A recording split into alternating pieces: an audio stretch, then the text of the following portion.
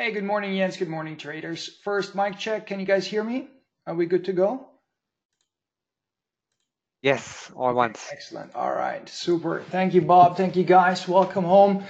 Monday morning, another week, another dollar. Let's make some money. All right. First off, before we dive right into it, disclaimers in full effect. Let's have a look at the trade from last week. I was looking to long the dollar. Sorry, guys. My mic just tanked. Longing the dollar versus the Swissy, and we had nothing but crappy economic news out of Switzerland. So the trade started working out really well, but it's still in effect. It's still open. I still got it on the books. So this is the second roundabout for me. And the important thing is that once we hit that high, slightly above parity, we saw a lot of institutional sellers coming in. But now we saw a lot of institutional buyers a few hours ago, i.e. end of towards last week, coming into the market as well. We're currently at fair value, so we'll have to see how the dollar is developing given the midterms on Tuesday. And Nico's already asking a question. I'll get to that towards the end of the webinar. Slight risk off sentiment this morning. Why? Friday, Trump tweeted and let us know that he would be up for a US-China trade deal if it was a good one. Unfortunately, NEC's Kudlow then was very pessimistic, and the risk-off sentiment creeped into China. Obviously, also after Apple numbers, the stock dropped 7%, so we currently have a little bit of a risk-off sentiment in the market. Asian equities are, so to speak, red. We have Australia minus 0.5%, Nikkei minus 1.5%. We had a big one dropping 10%. They are one of the majors. We had Shanghai minus 1 and Hang Seng minus 2.4, although President Xi came on the hood and said that the government will step in and support the markets. Unfortunately, we had slightly weaker than expected Caixin Services and Composite PMI, the weakest since September 17 and June 16, respectively. So, obviously, I am not a big fan of longing the Aussie dollar given the weakness in the market over in China. Reports were denied overnight, and this morning that Prime Minister May over in the UK secured a private concession from Brussels that would keep, attention, Britain in the customs union. Of course, my number one scenario, which I always said from day one, I don't see the Brexit, but hey, who knows, maybe the Brexit will come. Over the weekend, we had 70% of influential business leaders asking the government for a second referendum and a vote in the final deal. So this is not over. The problem right now is everything is settled on the financial services industry. So expect equity, apartments in Frankfurt to potentially drop in price a little bit again, because all the Brexit bankers are not coming. All stays as is for now. Although the banks over here continue to hire, headhunters keep calling. Crude is below 63. Why? Today is November 5th. He or she who listens to us on a regular basis knows last night the sanctions versus Iran went into effect. And if you remember the last futures contract, not the current one, the last one, we had a very bullish contract because of the Iranian sanctions getting priced into the market, i.e. supply issues. But now we have 8 different exemptions coming out of these sanctions that are not being put onto 8 different countries. So that continues to be a weak contract. The current WTI contract I want to trade out of a short perspective, not a long perspective. Also of note, on Friday, we had better than expected non-farm payrolls. That leads the market to expect more rate hikes out of the Fed. The December rate hike probability went above 70%. In fact, if you add 1 and 2 rate hikes together, you're at 77.5% probability for hiking in December. The 30-year, we had a strong sell-off in the long end of the treasuries. The 30-year hit the highest in terms of yield since mid-2014. So there's some inflation expectations coming in. And thank you, Dees, for posting it to my traders. We had PMIs out of the US. And if you look through the qualitative statements, it said nothing but input costs. Tariffs are raising our costs, especially hard hit the steel sector, obviously, and lumber. Lumber is getting hit hard. Overnight picture, messy picture. If you look at what happened last week, that's the upper right-hand corner, we can see that Aussie dollar, New Zealand dollar, and the British pound saw some strength versus Swissy and Japanese yen weakness. I played the Swissy weakness. It was crystal clear on Monday that that's what I wanted to be short all throughout the week. Risk events, I don't know if we have time to do it live. Let me see, maybe we do. Let's go through it real quick. Although I did prepare slides for us. So just on FX. Sorry. The Turkish Finance Minister Al-Bayrak said... We don't care about the Turkish Finance Minister right now. Turkey is doomed. Okay, here we go. So Monday, what's important on Monday? We have the Bank of Japan minutes, or we had, they are hinting at a normalization of the yield curve, and the yen did nothing. We did see some activity, some demand for Japanese government bonds in the overnight session due to the risk-off sentiment. But very interesting that the yen did not come off significantly based on the minutes. Then we had Caixin Services PMI, as I alluded to, came in really weak. You can see it right here. Then we had Centix coming in weaker than expected. Not good. Germany not heading in the right direction. The IFO Institute last week already stated that. Unfortunately, we are on hold in terms of GDP growth. We have Polo speaking. That's of importance to us later on. And then obviously we have ISM non-manufacturing PMI over in the States, expected to come in a little bit weaker, but we still have very solid level readings way beyond 50, which is contraction level. 48 to 50 is where we start playing equities from the short side. Tuesday, we have US midterm elections. Then we have the RBA interest rate decision. We'll talk about that in detail. We have Eurozone market composite and services PMI in terms of the final reading. There's always 3 readings on that. And then we have the US JOLTS report. On Wednesday, of importance to us is Eurozone retail sales. Ooh, that's not,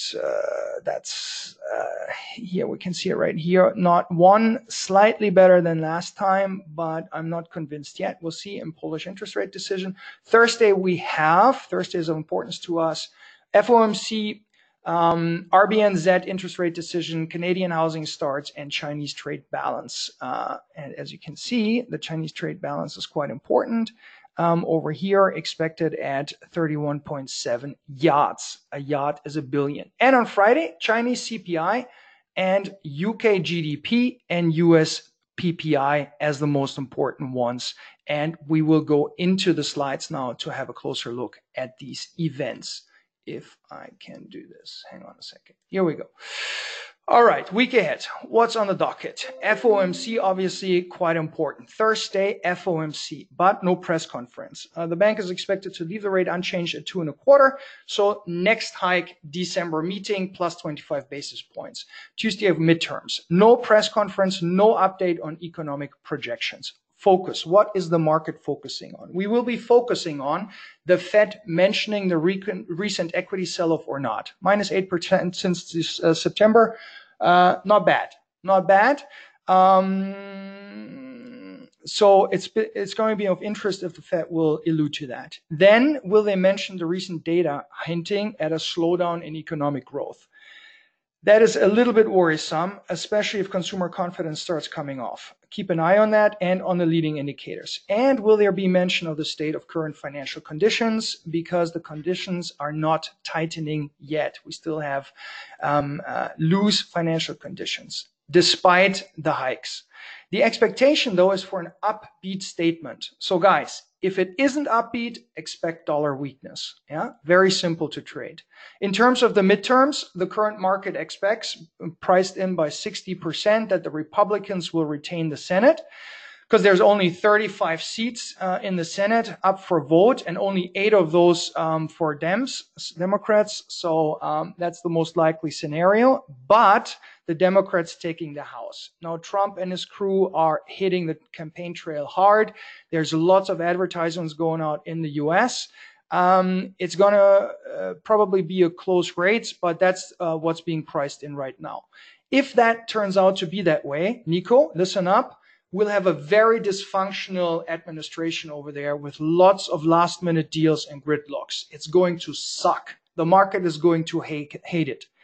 If the Republicans remain control of Senate and the House, then expect a relief rally. Very simple to trade, okay? In terms of Aussie RBA, of course, the RBA is expected to keep the rate at 1.5, which they've kept it at since August of 16. Also expect the following phrase. In the statement, we think that they're going to repeat the phrase, further progress in reducing unemployment and having inflation return to target is expected, although this progress is likely to be gradual. Any change in wording there'll be a reaction in the market, in the currency. RBA is expected in August that the underlying inflation would temporarily fall to 1.75, which it did, and hence it's justified that the RBA remains on hold. Currently, the market expects the first rate hike to not take place until early 2021, if at all, okay? So nothing going on over there in terms of rate hike expectations. Friday statement on monetary policy. That's going to be important. The expectation is for the RBA to remain upbeat on its GDP growth rate view of 3.25% for both 18 and 19, and for the unemployment rate forecast to drop below 5%. It's expected to drop to 4.75% by 2020. Also, inflation is likely to rise in 2019 and 2020, which I subscribe to now. Why? Because of the rise in input costs. PPIs are rising in all Western economies. Okay, that's the Aussie dollar RBA. Over to the Kiwi and RBNZ. That's on Wednesday, and here as well, the market expects no rate change. They're going to keep it at 175, but it's going to be the last meeting for this year. The next one is not until February 2019, and there is tons of economic data until February 19.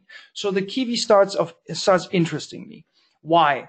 Because horrible economic numbers of late until we saw GDP for the second quarter come in at 1% versus 0.8 expected. And CPI numbers recently for the third quarter came in at 0.9 versus 0.7 expected. So both surprised to the upside. I like that.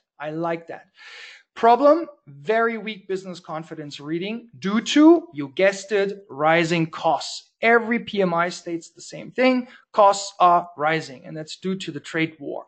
So the weak business confidence is something that the RBNZ has on the radar, but they're saying, you know what? It's not affecting business investments. And as long as it's not has no real life effect on business investments, we're cool with that. And so am I. So the market expects the first rate hike around the fourth quarter of next year, 2019.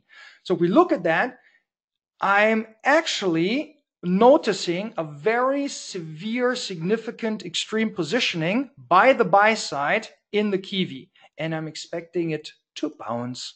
All right, over and on we go to the pound. Monday, we had services PMI. Just now, this morning, came in softer than expected with 52.2 versus 53.4. Manufacturing PMI last week also printed below expectation. Only construction came in better. But within the construction PMI, we saw that business expectations were slumping to their lowest level since December of 2012. So there's some underlying weakness in the development of the UK economy. And that, please, guys, beware. This is of importance to us. Eisner, one of the portfolio managers known from the movie The Big Short, which if you haven't watched it, I highly suggest you watch. It's an awesome movie. Loved it. Depicts pretty much what happened in real life in 2008. I was there live with Lehman Brothers. So Eisner is shorting two very weak UK banks in expectation of a bad Brexit scenario. And he's going to short their shit out of the UK if Corbyn were ever to become the political leader over there. And I will join him. If the socialists take over, it's game over there. So notice some weaker economic growth happening in the UK right now. That is of interest to me. So Friday preliminary GDP. Quarter on quarter expected to come in stronger than last time with 60 basis points versus 40. That takes the year-on-year to 1.5 versus 1.2 last. That's all good.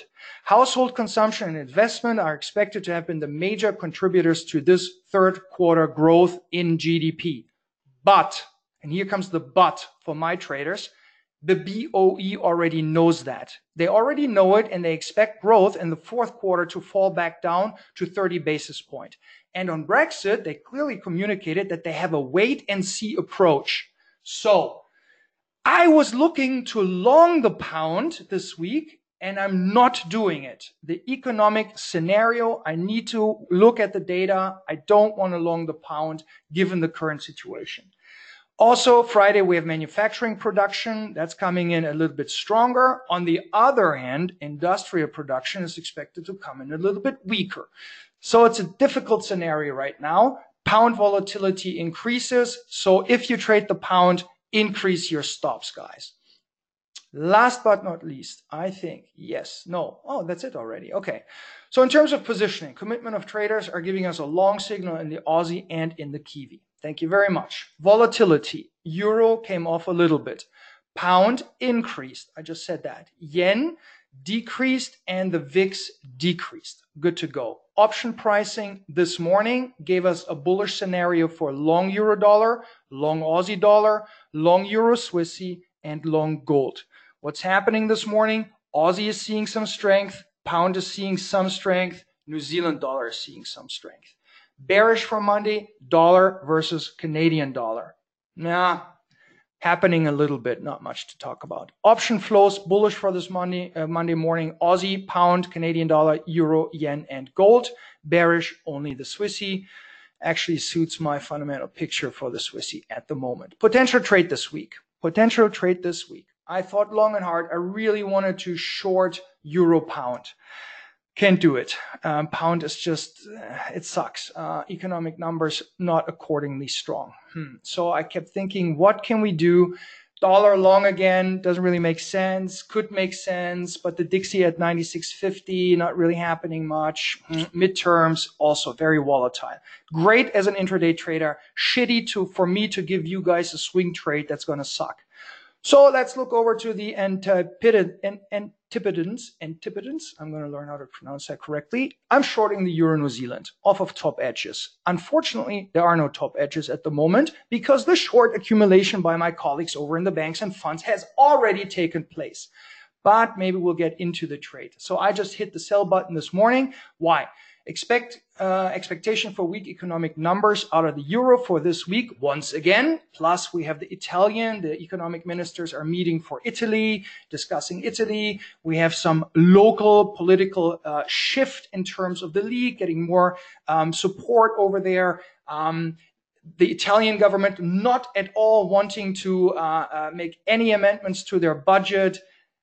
This is going to get interesting. We are still at Italy, Euro, Italy, we're still at, well, I can't change it, but I still expect the 4% spread in the 10-year yield differential to get tested eventually. Plus, we had last week the talk of TLTRO being reintroduced via the ECB to rescue Italian banks. Recall that Italian banks alone have 256 billion of non-performing loans on the book. So the drama there is not over. It's not even started yet. It's going to be very interesting. So to me, euro only short in terms of swing and position trading. Kiwi, we have the RBNZ and we have a technical bounce in terms of positioning because we have an extreme short from the sell side.